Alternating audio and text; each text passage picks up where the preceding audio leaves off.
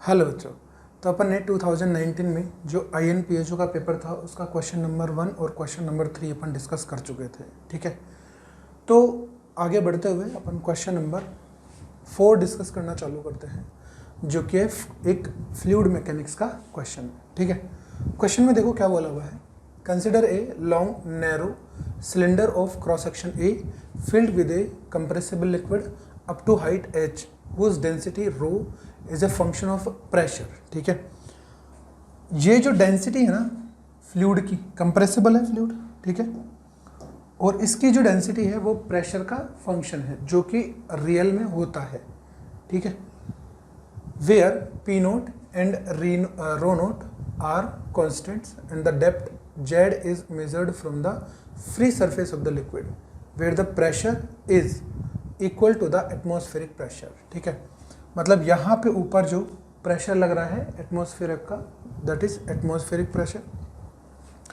पूछा गया अपन को obtain the pressure Pz as a function of Z, obtain the mass m of the liquid in the tube. Total mass निकालना है अपन को और प्रेशर निकालना है किसी भी पोजीशन Z के ऊपर। जैसे मान लो कि अपन को ये बोला हुआ है कि इस पोजीशन पे आप क्या निकाल लो, प्रेशर निकाल लो, ठीक है। तो यहाँ पे प्रेशर निकालने के लिए अपन को क्या करना पड़ेगा, नीचे की तरफ टोटल फोर्स लिखना पड़ेगा, ठीक है।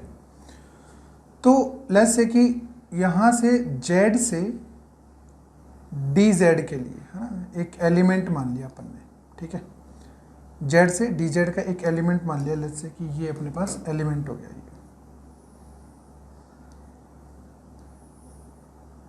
ये जो एलिमेंट है इसकी विड्थ अपन ने मान ली डी जेड, ठीक है। तो इसका मास कितना हो जाएगा, देखो that is rho Z multiply density, ठीक है। तो अपने पास रो जेड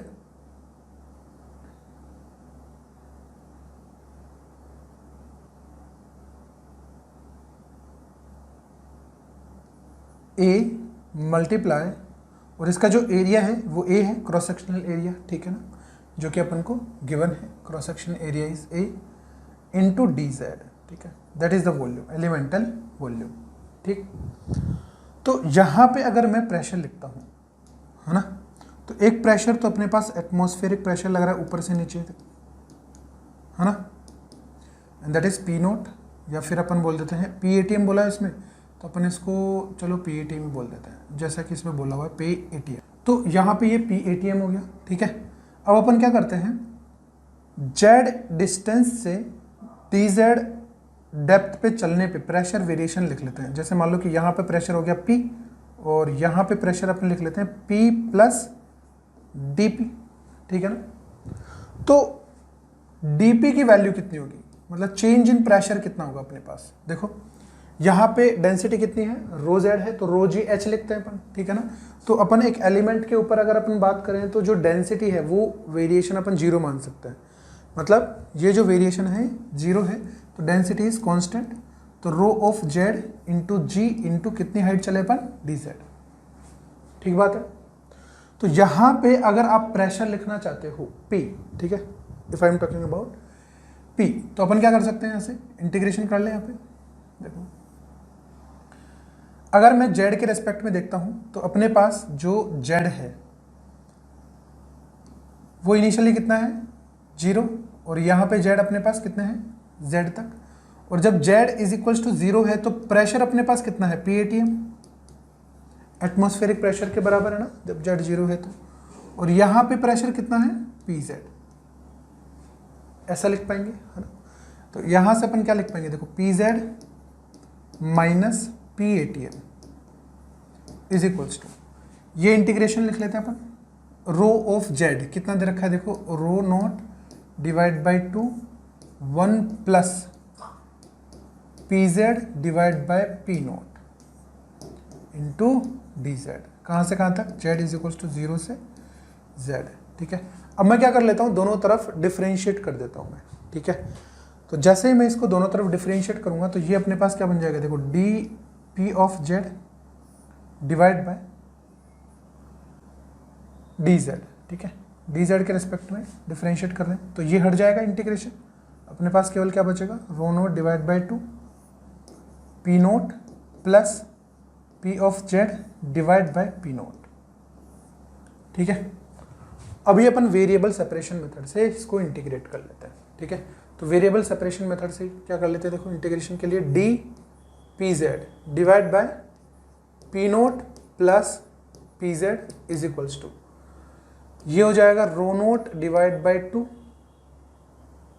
और 2 पी नोट भी नीचे आ जाएगा और इधर क्या आ जाएगा, D Z integration Z is equals to 0 पे प्रेशर कितना था, PATM के बराबर, और z is equals to Z पे प्रेशर कितना हो गया, P ऑफ जेड। तो यहाँ से देखो अपने पास ये क्या बन जाएगा, अपने पास ln में आ जाएगा, ये log में चला जाएगा, तो that will be ln P naught plus P Z divide by P note plus PATM। ठीक है, is equals to rho note divide by 2 P note और जेड आ जाएगा वो ऐसे कैसे। ठीक बात है, अब अपन क्या करना है, अब अपन को इसको एक्सपोनेंशियल में पहुंचा देना है। ठीक है, तो इसको मैं लिखूंगा, देखो P note plus P of Z is equals to P note plus PATM e to the power rho naught, that is rho naught and that is z divided by 2 p naught। तो अपने पास pz जो है गया वो कितना आ गया, देखो pz is equals to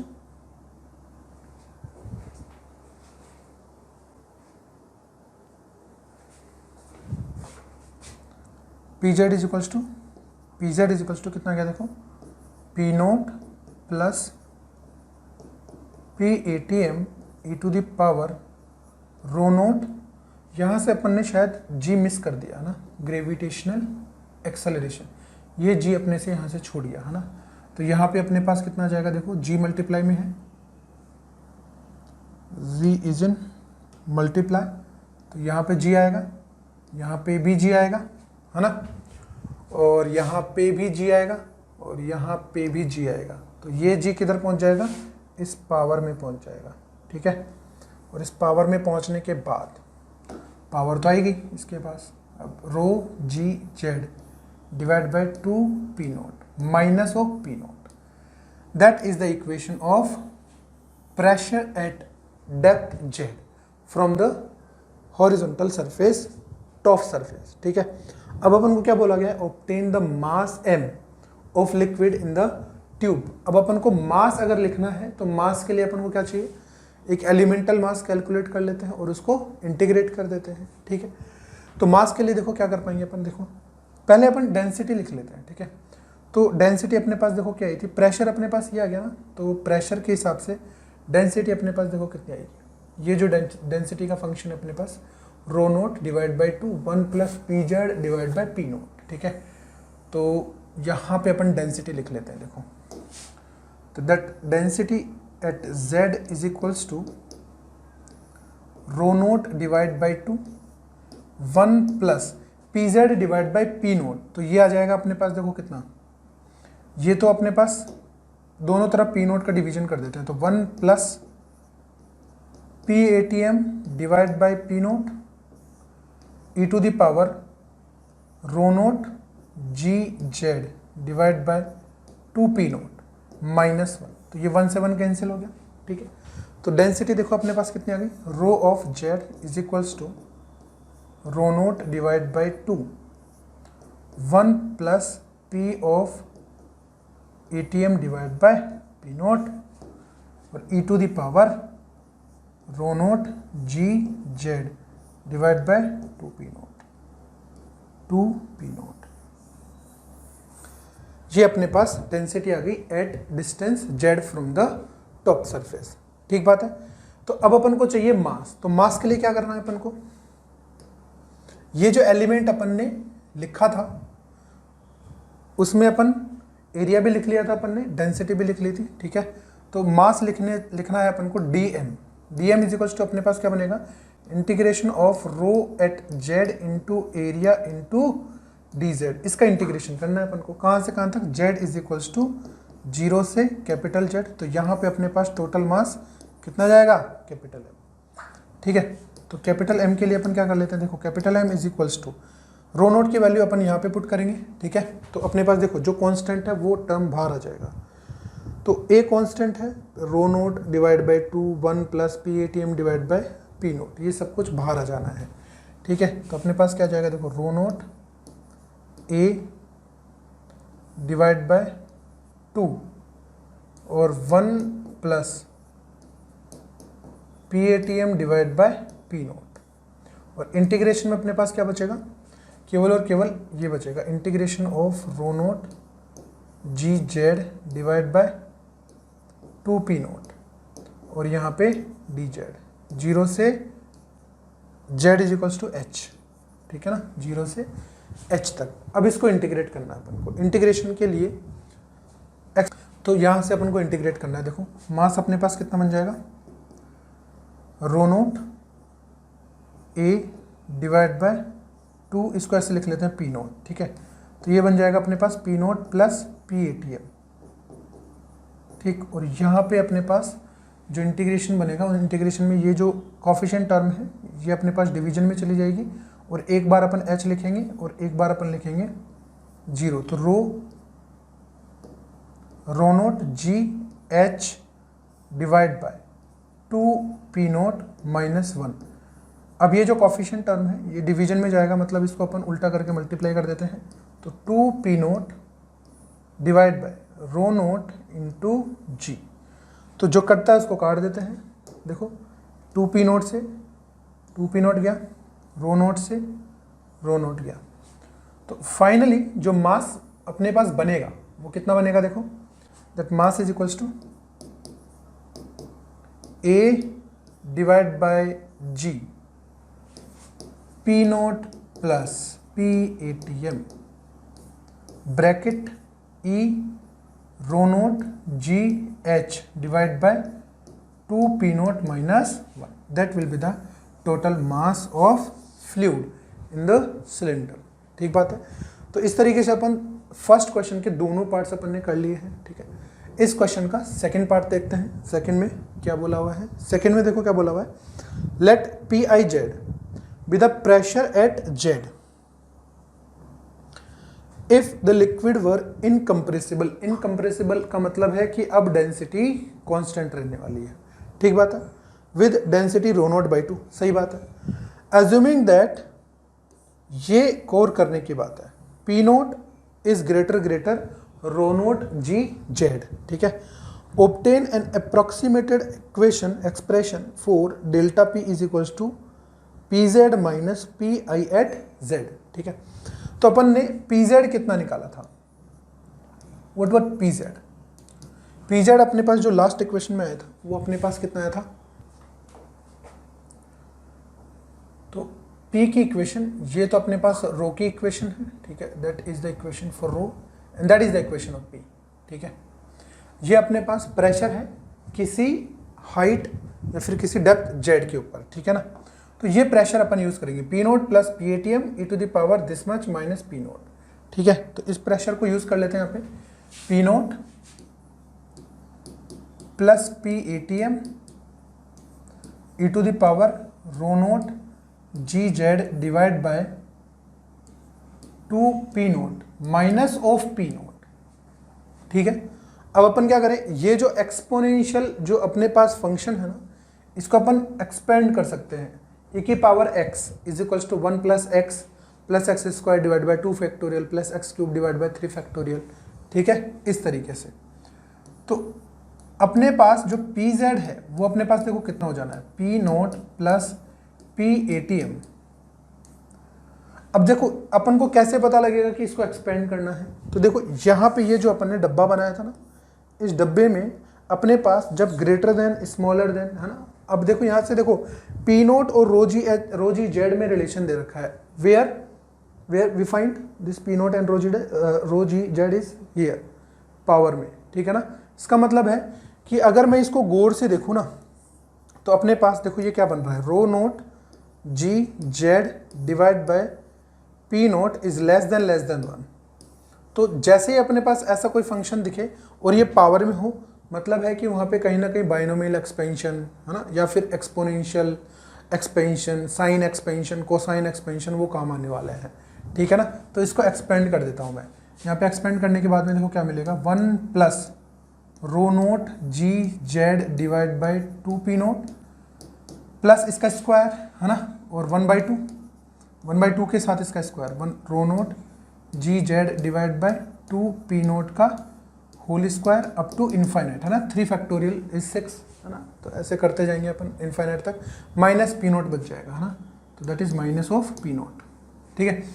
और अपन को जो पी आई जेड पूछा है ना, what is P I Z? P I Z is a pressure at Z depth from surface when fluid is incompressible, मतलब जब डेंसिटी कैसी है, कांस्टेंट है, ठीक है। तो जो पी आई ऑफ जेड है वो अपने पास कितना बनेगा, simple P A T M plus rho note divide by 2 rho G H है ना, तो जी और एच कितना है, रो जी जेड, ठीक है। अब मेरे को क्या करना है, दिस माइनस दिस। अब जैसे मैं इसको सब्ट्रैक्ट करूंगा, ठीक है, then I will get delta P is equals to, जैसे मैं इसको सब्ट्रैक्ट करूंगा अंदर मल्टीप्लाई करने के बाद, अब देखो जैसे मैं इसमें अंदर मल्टीप्लाई करूंगा ना, तो वहां पे जो सिंगल पी नोट है ना, वो यहां से एक पी नोट आएगा 1 से मल्टीप्लाई होकर, तो वो उससे सब्ट्रैक्ट हो जाएगा, मतलब पी नोट का कोई भी टर्म यहाँ पे नहीं बचेगा, ठीक है। और पी ए टी एम का जो टर्म है वो भी कैंसिल आउट हो जाएगा। देखो यहाँ पे भी अपने पास पी ए टी एम, और इसको मैं इसमें से सब्ट्रैक्ट करूंगा तो पी ए टी एम वाला टर्म भी कैंसिल आउट हो जाएगा, ठीक है ना। तो एक तो टर्म इसका आएगा, एक ये वाला टर्म आएगा, तो जो जो टर्म आएंगे वो लिख लेते हैं अपन।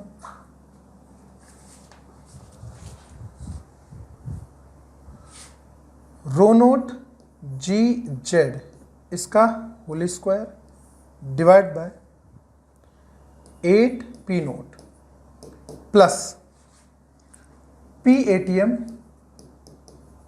Divide by P nought multiply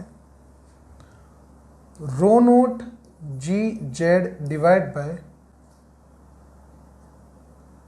2 plus, लिख लेता हूं मैं कंप्लीटली है ना, P A T M divide by 2 and rho note ji Z divide by 2 P note का होल स्क्वायर, ठीक है। अब यहाँ पे देखो क्या बात गौर करने की है, यहाँ पे अपने पास इसको अपन को गौर करना है, ठीक है। तो अगर ये बहुत छोटा है तो इसका स्क्वायर वो तो और भी बहुत ज़्यादा छोटा होगा, मतलब ऑलमोस्ट 0, मतलब we can ignore the square terms और क्यूबिकल टर्म्स, मतलब इस वजह से अपन ने क्यूबिकल वाला तो लिखा ही नहीं, क्योंकि उसको अल्टीमेटली 0 ही हो जाना है वो तो, ठीक है ना। तो अपने पास जो फाइनल आंसर बनना चाहिए वो क्या बनना चाहिए, जो अपने पास सिंगल पावर वाला है इट विल रिमेन ओनली, तो P A T M divide by P nought multiply rho note ji Z divide by 2, this should be your final answer, ठीक है ना। तो इस तरीके से अपन इसको लिख सकते हैं, मतलब अप टू सेकंड पावर तक भी जो INPHO है उसने एक्सेप्ट किया था, ठीक है। लेकिन अपन ने इसको इग्नोर करके, स्क्वायर पावर्स को इग्नोर करके अपन ने ये लिख दिया, that should be the final answer, ठीक है। तो इस तरीके से अपने पास क्वेश्चन 4 कंप्लीट होता है। नेक्स्ट क्वेश्चन देखते हैं अपन, नेक्स्ट क्वेश्चन क्या बोला हुआ देखो। नेक्स्ट क्वेश्चन अपने पास एक इलेक्ट्रोमैग्नेटिक इंडक्शन का क्वेश्चन है, ठीक है, जो अपन जनरली अपन करते हैं, है ना। बस इसमें क्या लगाया हुआ है, कैपेसिटर लगाया हुआ है, तो कैपेसिटर इंडक्टर भी लगा सकते हैं, कुछ भी लगा सकते हैं वो। तो इसमें क्या बोला हुआ है देखो, a pair of long parallel metallic rails, ये अपने पास पैरेलल रेल्स है, मेटेलिक रेल्स है, नेग्लिजिबल रेजिस्टेंस एंड सेपरेशन अपन को दे रखा है W, ठीक है, are placed horizontally a horizontal metal rod, ये अपने पास मेटल रोड है, ठीक है, थिक लाइन ऑफ मास अपन को प्रोवाइडेड है कैपिटल M, ठीक है। तो ये अपन मास लिख लेते हैं, इसका कैपिटल M मास है, और इसका रेजिस्टेंस कितना है, मतलब ये जो मेटेलिक रोड है इसका कुछ ना कुछ तो ऑब्वियस सी बात है कि रेजिस्टेंस हो गई, ठीक है, और इसका रेजिस्टेंस अपने पास R है, और अगर इसकी विड्थ कितनी है W, तो इसकी लेंथ कितनी हो जाएगी W, इसको W ही बना लेते हैं अपन, ठीक है, ओमेगा बन जाएगा नहीं तो ये W। अब देखो ये रोड की लेंथ है ना, कितनी भी बड़ी हो या कितनी भी लंबी हो, मतलब इन रेल से ऊपर, लेकिन जो अपने पास काम आने वाली जो लेंथ है वो कितनी है, केवल और केवल डब्ल्यू विड्थ के बराबर, ठीक है ना। इसके ऊपर कितनी हो सकती है, इसके नीचे भी कितनी हो सकती है, जो यूजफुल है वो इसके बीच वाली होगी, दैट्स इट, ठीक है ना।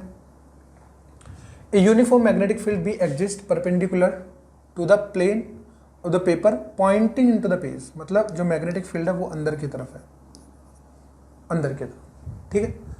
One end of the rail track is connected to the key, okay, ये की है, and capacitor C charge to the voltage V nought, मतलब इसके अक्रॉस इनिशियल वोल्टेज कितना दे रखा है इन्होंने, वी नोट, पहले से चार्ज कर दिया। इसका मतलब है इसके ऊपर ये इनिशियली चार्ज है, तो क्यू नोट अपने पास इनिशियल होगा इसमें c into v naught, that is the charge initially. अब क्या बोला हुआ, at t is equal to 0 the key is closed, ठीक है। Neglect friction and the self inductance of the loop, ठीक है ना, इनको अपन को यूज नहीं करना है। फर्स्ट क्वेश्चन है, what is the final speed attain bye the road, final speed कितनी गेन करेगा। अब देखो इसमें ये चलेगा क्यों, पहले तो ये देखते हैं, है ना, ये चलेगा या नहीं चलेगा, और चलेगा तो किस डायरेक्शन में चलेगा, ठीक है। तो जैसे ही मैं इसको t इज इक्वल्स टू 0 पे क्लोज करता हूँ, ठीक है, तो होगा क्या, ये कैपेसिटर डिस्चार्ज होने लगेगा, और डिस्चार्ज होने लगेगा तो ऊपर से नीचे की तरफ करंट फ्लो करना चालू कर जाएगी। इनिशियल करंट मैक्सिमम होगी, इसका रेजिस्टेंस कितना है, R है, तो ऑब्वियस सी बात है कि at t is equals to 0 initial current I maximum कितनी बन जाएगी अपने पास, V बाय R, मतलब इनिशियली जो कैपेसिटर है वो एक बैटरी की तरह बिहेव करेगा जैसे ही मैं स्विच को ऑन करूंगा, ठीक है ना, that is V by R। तो करंट ऊपर से नीचे की तरफ फ्लो करेगी। अब जैसे जैसे करंट फ्लो करती जाएगी, इस रेजिस्टेंस में करंट फ्लो की वजह से हीट जनरेट होगी, मतलब ये हुआ कि इसमें जो एनर्जी स्टोर्ड थी वो धीरे धीरे कहाँ पे डिसिपेट होने लग गई, हीट में। तो जैसे जैसे करंट फ्लो करेगी, हीट डिसिपेशन होगा, तो चार्ज डिक्रीज होना चालू हो जाएगा इसके ऊपर, है ना। और जब चार्ज डिक्रीज करना चालू करेगा तो ये जो करंट है वो भी डिक्रीज होना चालू हो जाएगी, क्योंकि चार्ज डिक्रीज करेगा, potential difference across the capacitor decrease करेगा, और पोटेंशियल डिफरेंस अगर डिक्रीज करेगा तो ये करंट डिक्रीज करेगी। अभी चलेगा क्यों, देखो करंट जैसे ऊपर से नीचे फ्लो करेगी, है ना, तो ये करंट आ गई अपने पास ऊपर से नीचे, तो अपन ने मैग्नेटिक फील्ड में जो करंट कैरिंग वायर है उसके ऊपर अपन ने फोर्स पढ़ा हुआ है, Fm vector is equals to I integration of, या फिर यहाँ पे इंटीग्रेशन वाला फॉर्मूला कोई यूजफुल है नहीं, तो L vector cross B vector, ये अपने पास फॉर्मूला होता है। अगर कोई एक wire current carrying conducting wire magnetic field में रखा हुआ है तो उसके ऊपर इतना फोर्स लगने वाला है, ठीक है। L is the length vector, B is the magnetic field. तो लेंथ वेक्टर अपने पास किधर है, जिस डायरेक्शन में करंट होती है उसी डायरेक्शन में लेते हैं अपन। तो I तो फ्लो हो रही है, L किधर है, नीचे की तरफ, B अंदर की तरफ, तो L नीचे की तरफ, तो L vector cross B vector मेरी तरफ, तो इस डायरेक्शन में अपने पास मैग्नेटिक फोर्स आएगा, ठीक है। और ये मैग्नेटिक फोर्स अपने पास कितना है, देखो ये रहा। तो यहाँ पे अपने पास जो Fm आएगा ना, दैट इज I, तो इसको अपन लिख लेते हैं I, और L वेक्टर और B वेक्टर के बीच में एंगल हो गया 90 डिग्री, तो L is W and B is B, ठीक है। तो इतना फोर्स इसके ऊपर लगना चालू होगा, ठीक है। इसकी इनिशियल वेलोसिटी कितनी है, इनिशियली तो रुका हुआ था, तो इस फोर्स की वजह से ये एक्सेलरेट होगा, तो इसके पास कुछ ना कुछ इस डायरेक्शन में एक्सेलरेशन आ जाएगा। और ये एक्सेलरेशन होगा कितना, ये जो फोर्स है F net is equals to क्या लिख पाएंगे अपन, F net is equals to ma, तो इसको क्या लिख पाएंगे, देखो I W B is equals to m dv by dt, ठीक है। और ये जो करंट है किसी टाइम t के ऊपर अगर अपन बात करें तो इसमें जो करंट है वो I हो गई, इनिशियली तो V बाई R थी, दैट इज मैक्सिमम, ठीक है। और इसमें जो चार्ज है वो उस टाइम पे मान लो कि वो हो गया Q, ठीक है। तो I को अपन क्या लिखेंगे, I is nothing but minus of dq by dt, why minus because charge is decreasing, ठीक है। तो यहां से अपन एक इक्वेशन बन सकती है, यहां से अपने पास m dv by dt is equals to minus of D Q divide by D T multiply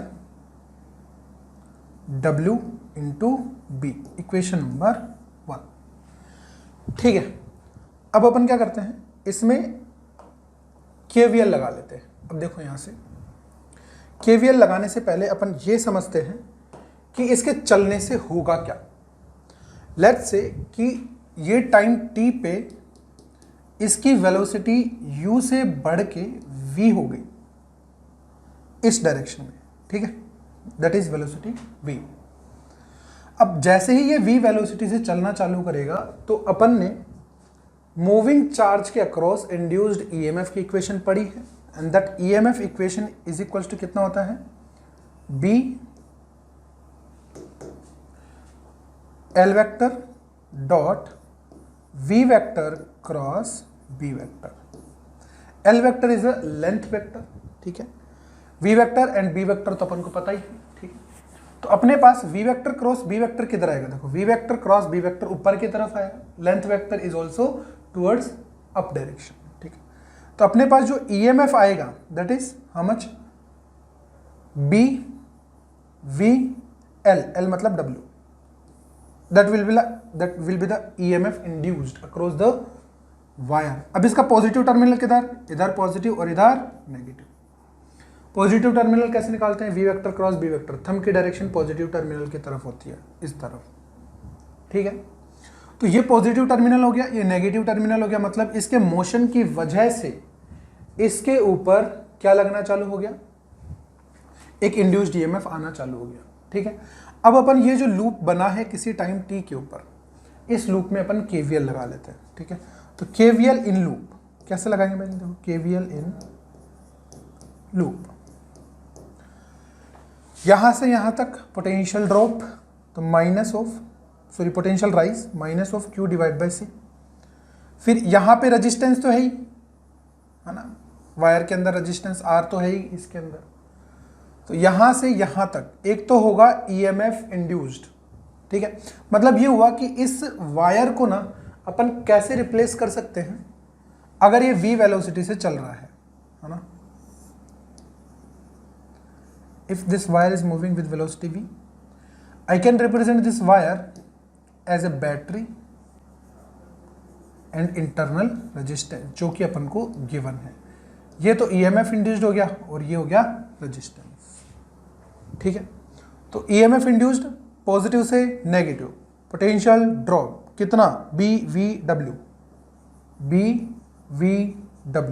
minus IR, that is also potential drop, मतलब ऊपर से नीचे की तरफ अगर करंट आएगी तो that will be positive, that will be negative, है ना। तो potential again drop I into R is equal to कितना, 0। तो यहां से अपने पास जो इक्वेशन बनी देखो वो क्या बन जाएगी, Q by C is equals to BVW plus I को अपन क्या लिखे थे, अपन I को लिखे थे अपन ने minus of DQ by DT, तो इसको minus of DQ by DT into R। अब अपन क्या कर देते हैं, इसको डिफरेंशिएट करते हैं एक बार, ठीक है। जैसे ही मैं इसको डिफरेंशिएट करता हूं तो मेरे पास देखो क्या बनेगा, 1/C DQ divide by DT is equals to B, V की जगह V इज ए वेरिएबल ना, B कांस्टेंट है, W कांस्टेंट है, V इज वेरिएबल, तो B W कांस्टेंट हो जाएगा, that will be dV by dt minus यहाँ पे अपने पास इसका डबल डिफरेंशिएशन आ जाएगा d2q डिवाइड बाय, या फिर इंस्टेड ऑफ डबल डिफरेंशिएशन अपन इसको ऐसे लिख देते हैं ताकि अपन को देखने में थोड़ा सा अच्छा लगे, that is dq divide by dt into r। अब इसको अपन को अरेंज करना है, कैसे, dv बाई dt की वैल्यू अपन ने यहां से निकालनी है, कहाँ गया, ये रहा, dv बाई dt की वैल्यू यहां से निकाल के इस इक्वेशन में अपन को पुट करना है, ठीक है। देखो और यहाँ पे अपने पास dq बाई dt को ऐसे कैसे रहने देते हैं, है ना, और यहाँ से dv बाई dt की वैल्यू जैसे ही मैं यहाँ पे पुट करूँगा ना तो यहाँ पे dq बाई dt आ जाएगा, ठीक है। और इस dq बाई dt को अपन इधर भी ला सकते हैं, क्यों, क्योंकि dq बाई dt कॉमन निकल जाएगा, ठीक बात है ना। तो यहाँ से अपन वैल्यू पुट कर लेते हैं, यहाँ से 1/c आएगा और वो अपने पास डिफरेंशिएशन में रहेगा ही। अपन ऐसे कर लेते हैं dq/dt जो है ना, इसको अपन एक स्पेसिफिक कोई भी नाम रख लेते हैं, जैसे लेट्स से कि this dq/dt is q dot, जैसे अपन जनरली लिखते हैं, ठीक है ना। तो अपन यहाँ पे लिख लेते हैं, देखो इक्वेशन में क्या बनेगा, 1/c q dot is equals to bw and dv/dt is equals to minus of q dot wb divide by m और अगेन माइनस। अब यहां पे देखो डिफरेंशिएशन बना किसका, q डॉट का, और यहां पे r, ठीक है। अब इसको इधर ले जाते हैं तो अपने पास देखो क्या बन जाएगा, q डॉट काम आ गया और यहां से 1/c माइनस माइनस प्लस, तो bw b स्क्वायर हो जाएगा, w स्क्वायर हो जाएगा, है ना, डिवाइड बाय b हो गया, w हो गया, divide by m is equals to minus of d of q dot divide by dt और r आएगा यहाँ पे। तो r अपन ऐसे करते हैं कि r को इधर ले आते हैं, अपन इसको अपन r से कर लेते हैं और उसको r को इधर ले आते हैं। अब यहाँ से अपने पास एक इंटीग्रेशन दिख गया q डॉट में, ठीक है ना। तो इंटीग्रेशन में देखो क्या बनेगा अपने पास, अपन ऐसे कर लेते हैं कि ये तो पूरा कांस्टेंट बना ना, तो इसको कांस्टेंट का कुछ नाम दे लेते हैं अपन। इस कांस्टेंट को लेट्स से कि मैं बोल देता हूँ p, ठीक है। जैसे मैं इस कांस्टेंट को p बोलूंगा तो अपने पास देखो वेरिएबल सेपरेशन मेथड से d of q dot divide by p into q dot, है ना, इज इक्वल्स टू, और इधर हो जाएगा माइनस ऑफ ओनली dt, ठीक है ना। अब यहां पे अपन को इंटीग्रेट करना है, t इज इक्वल्स टू 0 और यहां पे t इज इक्वल्स टू 0। देखो ये q डॉट का अपन को लिमिट रखनी है ना,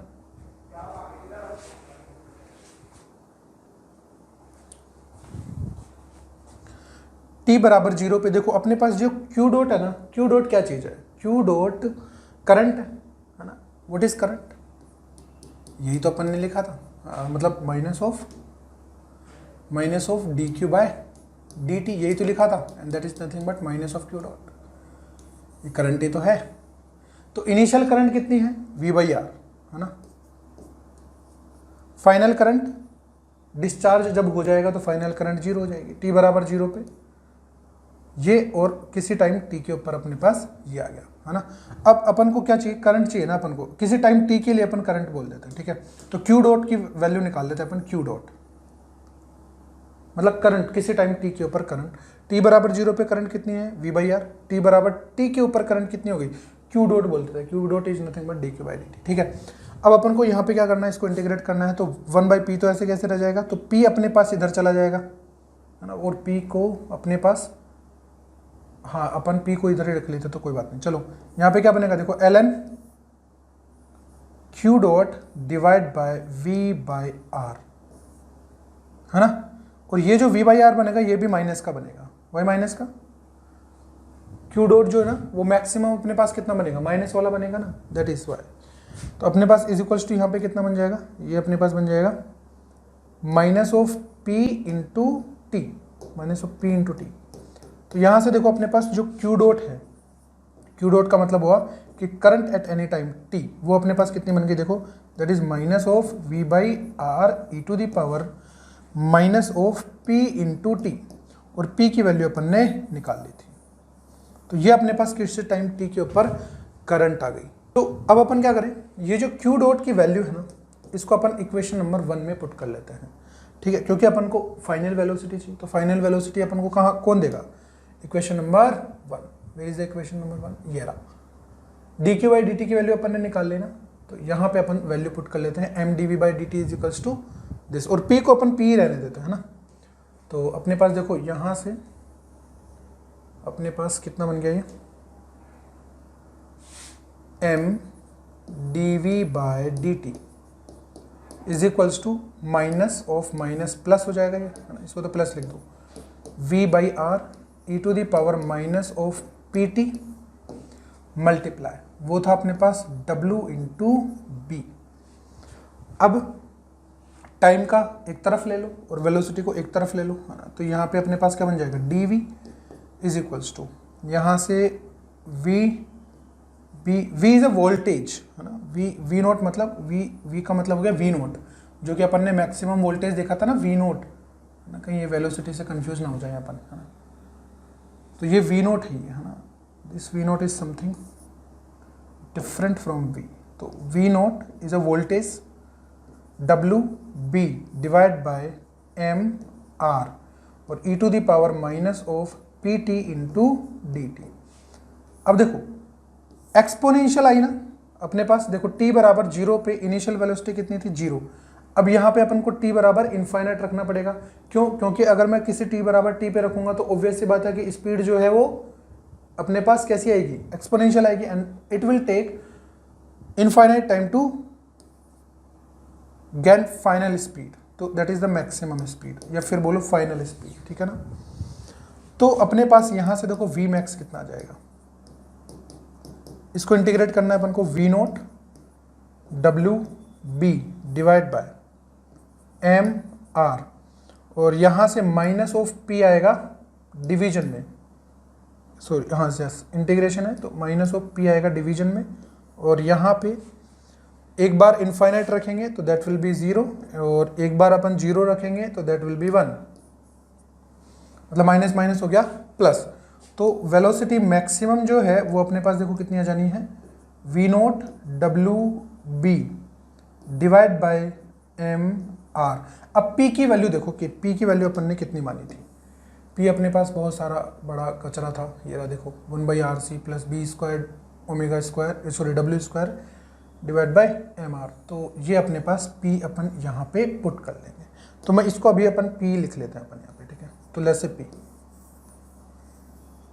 तो ये अपने पास फाइनल स्पीड आएगी किसकी, वायर की, मतलब जब कंप्लीटली कैपेसिटर डिस्चार्ज हो जाएगा तो ये ऐसे चलता रहेगा, कितनी स्पीड से, इतनी स्पीड से, ठीक बात है। तो ये अपने पास इस क्वेश्चन का फर्स्ट पार्ट हुआ, ठीक। सेकंड पार्ट देखते हैं, सेकंड पार्ट में क्या बोल रहा है अपन को, क्वेश्चन वही सेम है, सेकंड पार्ट में बोला हुआ consider the ratio R of the maximum kinetic energy attained by the rod to the energy initially stored in the capacitor. तो मैक्सिमम काइनेटिक एनर्जी कब अटेन करेगा, जब कैपेसिटर कंप्लीटली डिस्चार्ज हो जाएगा, ठीक है ना। तो अभी अपन ने लिखा था, तो रेशियो अपन को चाहिए ना, तो अपन यहीं पे लिख लेते हैं, देखो रेशियो क्या बनेगा अपने पास, half m v maximum square और इनिशियल स्टोर्ड एनर्जी वो कितनी बनेगी, half c v naught square. तो इन दोनों का अपन को रेशियो लेना है, वी मैक्सिमम अपन ने निकाल ही लिया, अभी अपन क्या कर लेते हैं, वी मैक्सिमम की वैल्यू वो लिख लेते हैं, ठीक है, जो भी अपन ने लास्ट इक्वेशन में डिराइव की थी। तो अपन को मेरे को लगता है कि अपन को p की वैल्यू पुट कर लेनी चाहिए, ठीक है ना। तो p की वैल्यू अगर मैं पुट कर लेता हूँ तो यहाँ पे देखो v मैक्सिमम अपने पास कितना आ जाता है, that is equal to V note W R divide by M R, और इसकी वैल्यू थी अपने पास 1/r, 1/r तो अपन कॉमन निकाल लेते हैं, है ना, तो ये 1/c plus B square W square divide by M, ये था, है ना। एक बार चेक कर लेते हैं अपन, 1/c B square W square M are, और आर अपन ने बाहर निकाल लिया, ठीक है। तो ये अपने पास क्या था, वी मैक्सिमम था, ठीक। तो अपने पास देखो यहाँ से एलसीएम निकाल लेते हैं, तो c ऊपर चला जाएगा, m से m कट जाएगा, r से r कट जाएगा, तो अल्टीमेटली अपन को जो मिलेगा फाइनली आंसर वो कितना बनेगा, c ऊपर आ जाएगा divide by m plus B square W square और एक c, ये c इधर आ जाएगा, ठीक बात है।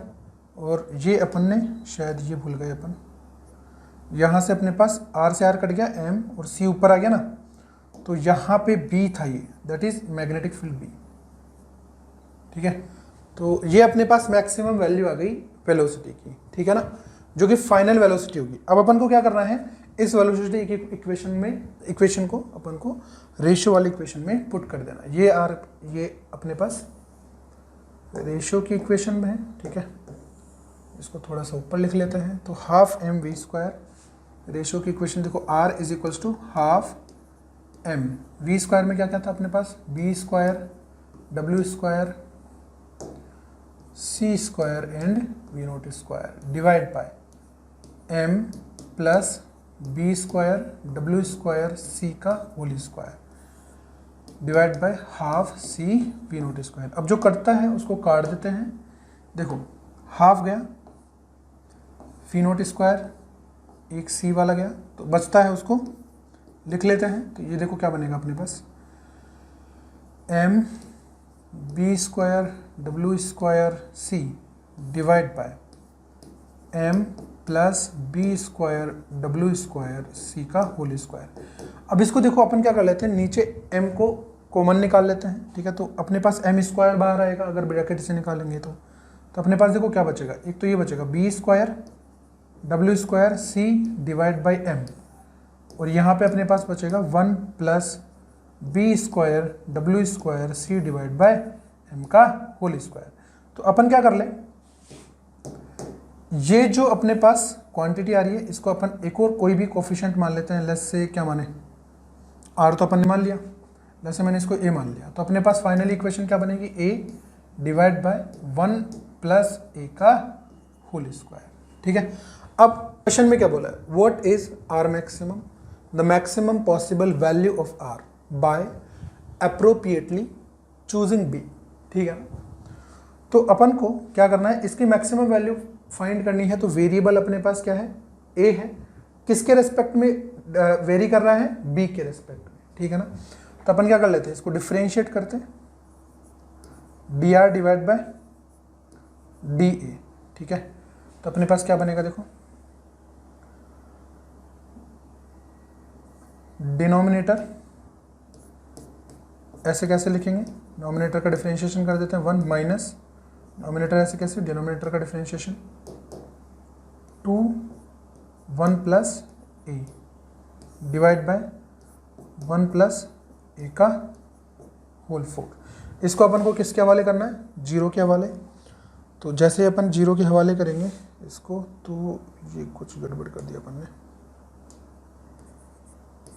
ए का होल स्क्वायर है ये, ठीक है ना। तो इसको जैसे मैं जीरो के हवाले करूंगा, I will get the value A is equals to 1, ठीक है ना। ए इज इक्वल्स टू 1 के लिए अपने पास क्या आ जाएगा, ये अपने पास मैक्सिमा आ जाएगा। आर की वैल्यू जो है ए इज इक्वल्स टू 1 के लिए मैक्सिमम आएगी। ए इज इक्वल्स टू 1 के लिए मैक्सिमम का क्या मतलब है, B square W square C divide by M, इसकी वैल्यू 1 के लिए आर की वैल्यू मैक्सिमम मिलने वाली है। और मैक्सिमम कितनी हो जाएगी फिर, यहाँ पे अपने पास 1 डिवाइड बाई 1 प्लस 1 का होल स्क्वायर, मतलब आर मैक्सिमम की वैल्यू कितनी आ जानी है फिर अपने पास 1/4, ठीक है। ये आर मैक्सिमम हो गया। तो ये इसका अपने पास सेकेंड क्वेश्चन हो गया। थर्ड देखते हैं इसका थर्ड पार्ट। थर्ड पार्ट में देखो अपन को क्या बोला हुआ है, let M is equals to this much, W ये दे रखा है, वी नोट ये दे रखा है, and a bank of capacitor ensures that c ये भी दे रखा है, if r is equals to r maximum calculate the value of v final. तो वी फाइनल में अपन को क्या क्या था, देखो वी फाइनल में अपने पास बी था, वी नोट था, डब्ल्यू था, सी था, एम था। तो अपन को कौन कौन सी वैल्यू प्रोवाइडेड है, वी नोट पता है, डब्ल्यू भी दे रखा है, डब्ल्यू भी गिवन है ना, डब्ल्यू गिवन है, वी नोट गिवन है, सी भी गिवन है, एम भी गिवन है, बी गिवन नहीं है ना, डब्ल्यू गिवन है और सी भी गिवन है। मतलब अपन को एम गिवन बी गिवन नहीं है, ठीक है। तो बी कैसे निकालना है अपन को, बी निकालना है जो इसने बोला हुआ है r is equals to r max. तो r is equals to r max के लिए अभी अपन ने निकाला था कि ए की वैल्यू कितनी हो जाएगी 1, मतलब यहां से बी निकलेगा अपने पास b square omega square C divide by m is equals to 1 for